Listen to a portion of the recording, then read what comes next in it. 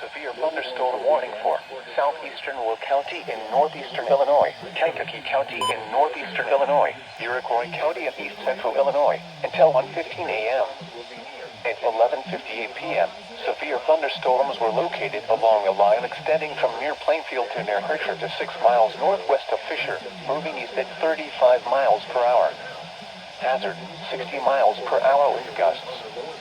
Source, radar indicated. Impact, expects damage to roofs, siding, and trees. Locations impacted include Frankfort Square, Papineau, Crete, St. Anne, Chavez, Martinton, Bradley, Beecher, Kankakee, Claytonville, Crescent City, Cessna Park, Woodland, Hopkins Park, Beaverville, Sun River Terrace, Grand Park, Ashcombe, Wellington, Donovan, Steger, Milford, Mantino, Clifton, and Waupseco, including the following interstates: Interstate 57 between mile markers 294 and 338, Interstate 80 between mile markers 141 and 149.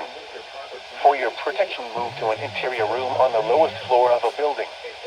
A tornado watch remains in effect until 3 a.m. for east central Illinois.